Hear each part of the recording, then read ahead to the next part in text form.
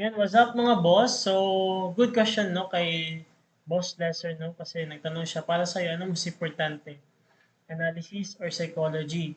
So, basically para sa akin mga boss no is mas better yung psychology than analysis. Kasi ika nga sabi nga nila yung analysis is 80%, no? Nasa sarili mo pa din yung ano, yung nag-work, kung paano mo i-manage yung analysis mo within sa psychology mo mga boss, no? Kasi tama naman yung analysis mo. May times kasi na analysis mo tama mga boss and then hindi mo ititrade. Sira psychology mo. Nawalan kang confidence sa sarili mo, no? So mas better talaga na i-improve yung mga boss yung psychology than analysis. So, bonus na lang yan kung analysis nyo impact kasi may times na nagpasok kayo ng trade, then psychology nyo is takot.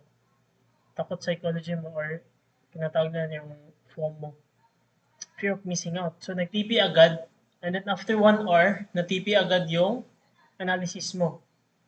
So, yung psychology mo naman, sira na naman kasi hindi ka confident sa sarili mo.